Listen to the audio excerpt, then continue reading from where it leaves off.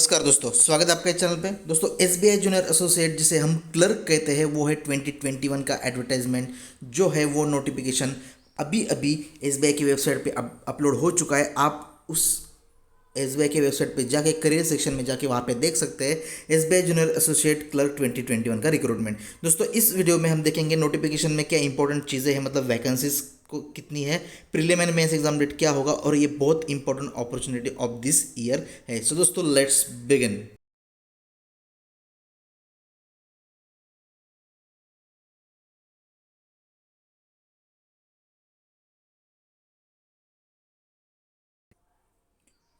दोस्तों, ये आप यहाँ पे नोटिफिकेशन देख रहे हैं, यहाँ पे दिया है कि online registration of application and payment of fees जो है 27 अप्रैल से स्टार्ट होगा और 17 मई तक होगा। यहाँ पे दिया है कि there is no provision for inter circle transfer and inter state transfer for junior associate to be recruited.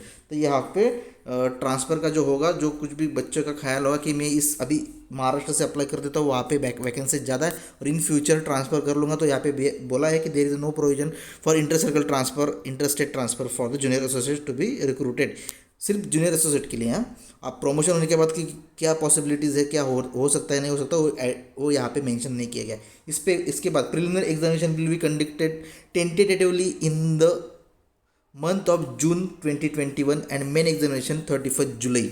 Main examination की जो डेट है वो उन्होंने बता दी है, और जो प्रिलिमिनरी एग्जाम है जून में। लेकिन दोस्तों, ये जून में होने के चांसेस बहुत बहुत ज़्यादा है, क्योंकि अभी कोविड की जो सिचुएशन है वो मई के एंड तक, मोस्टली मई के एंड तक वो जितनी भी भारत की बेकार है, मतलब बिगड़ गई है, वो सुधर सकती है। सो जो जितने पेशेंट्स हैं वो धीरे धीरे कम भी हो सकते हैं, क्योंकि वैक्सीन की वजह से और अदर ट्रीटमेंट्स की वजह से हमारे जो इम्प्रूवमेंट है कोविड की सिचुएशन से वो अच्छा है, और लॉकडाउन की वजह से भी हम इम्प्रूव कर रहे हैं। जो पेशेंट्स दिन ब दिन बढ़ रहे हैं वो कम हो रहे हैं। सो दोस्तों, यहाँ पे जो वैकेंसीज है स्टेट वाइज उन्होंने दे दी है। हम यहाँ पे वैकेंसीज भी देखेंगे, स्टेट वाइज टोटल वैकेंसीज आप यहाँ पे ब्रेकेज भी देख सकते हैं। अहमदाबाद रीजन में 902 वैकेंसीज है, बेंगलुरु में 400 सर्कल बेस है। तो यहाँ पे कुछ सर्कल बेस, मतलब यहाँ पे वैकेंसी जो होंगी वो सर्कल बेस दी है, और उसके बाद उसमें कौन से स्टेट भी आते हैं और लैंग्वेज कौन सी प्रेफर्ड है वहाँ पे एलपीटी के लिए, वो भी यहाँ पे दे दिया गया है। भोपाल में लैंग्वेज हिंदी है, वहाँ पे आपको मध्य प्रदेश रीजन में 78, और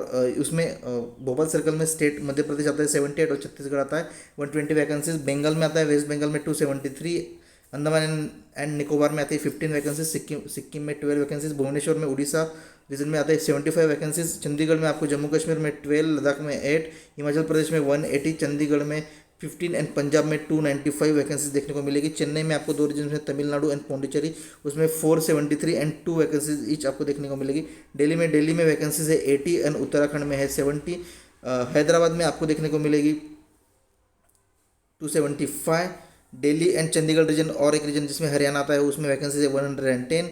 जयपुर में 175, केरला में वैकेंसीज है 77, लक्षद्वीप में है 3, लखनऊ में आपको 350 वैकेंसीज देखने को मिलेगी जिसमें यूपी रीजन आता है। उसके बाद महाराष्ट्र में आपको दोस्तों मुंबई जो मेट्रो रीजन है वहाँ पे वैकेंसी ज़्यादा देखने को मिलती है, वो है 640। और महाराष्ट्र गोवा रीजन जहाँ पे कोंकणी लैंग्वेज प्रेफर की गई है वहाँ पे 10 वैकेंसीज। नॉर्थ ईस्ट रीजन में आपको आसाम में 149 वैकेंसीज, अरुणाचल प्रदेश में 15, मणिपुर में 18, मेघालय में 14, मिजोरम में 20, नागालैंड में 10, त्रिपुरा में 9। ऐसे कुल मिला के टोटल वैकेंसीज आपको 4915 वैकेंसीज ऑल ओवर इंडिया है। और उसमें यदि हम जो बैकलॉग वैकेंसीज ऐड करते हैं तो टोटल वैकेंसीज हमें 5000 के करीब यहाँ पे देखने को मिल सकती है। इसेंशियल क्वालिफिकेशन दोस्तों आपको यहाँ पे देखना होगा, ज़रूरी है, क्योंकि यही क्राइटेरिया होता है। इसमें दिया graduation in any discipline from recognized university और any equivalent qualification recognized as such by central government candidates having integral dual degree certificate should ensure that the date of passing is on or before 16 अगस्त 2021।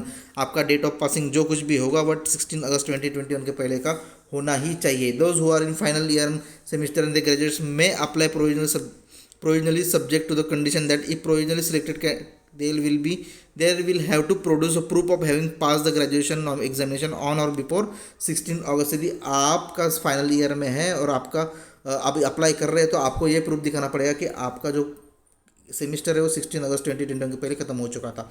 उसके बाद reservation policies तो आपको यहाँ पे already पता है, वो ज़्यादा बताने की ज़रूरत नहीं है। अब मोस्ट इंपॉर्टेंट थिंग ये है नेक्स्ट की सिलेक्शन प्रोसीजर क्या होगा। तो सिलेक्शन प्रोसीजर दोस्तों ये होगा, सबसे पहले प्रिलिमिनरी एग्जामिनेशन होता है 100 मार्क्स का, जिसमें आपको 3 सेक्शंस होते हैं, English section, numerical ability and reasoning ability. इसमें आपको 30 सवाल इंग्लिश में पूछे जाएंगे 30 मार्क्स के लिए, और 35 सवाल आपको रीजनिंग एंड न्यूमेरिकल एबिलिटी में पूछे जाएंगे 35 मार्क्स के लिए। तीनों को आपको सेक्शन टाइमिंग होगा 20 मिनट्स का, 1 आवर का पेपर होगा, 100 सवाल होंगे और 100 मार्क्स के लिए यहाँ पे होगा।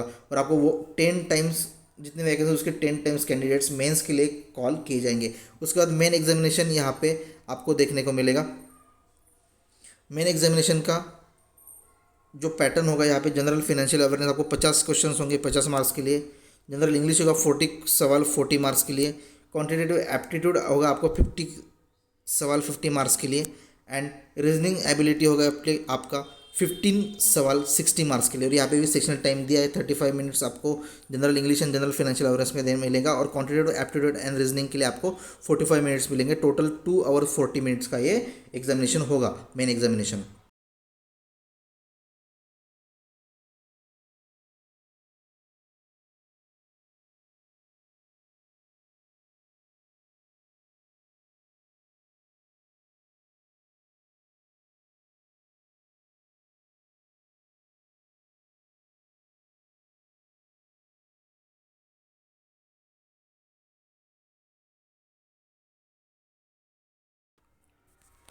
सेक्शनल कट ऑफ की यदि बात करें दोस्तों, तो आप यहाँ पे देख सकते हैं कि सेक्शनल कट ऑफ यहाँ पे नहीं है। उन्होंने बोल दिया है कि no minimum qualifying marks are prescribe for individual test और no aggregate score section wise marks will not be maintain. तो यहाँ पे सेक्शनल कट ऑफ प्रीलिम में भी नहीं होगा और मेंस में भी उन्होंने क्लियर कर दिया है कि यहाँ पे सेक्शनल कट ऑफ नहीं होगा। जो यहाँ पे दिया है कि no minimum qualifying marks on aggregate will be decided by the bank, no minimum qualifying marks for the individuals are prescribed, section wise marks will not be maintained, merit list will be drawn state wise, category wise, candidates qualified in the test will be placed according to their aggregate marks in the descending order in respective states। तो merit list उसी के हिसाब से बनेगी।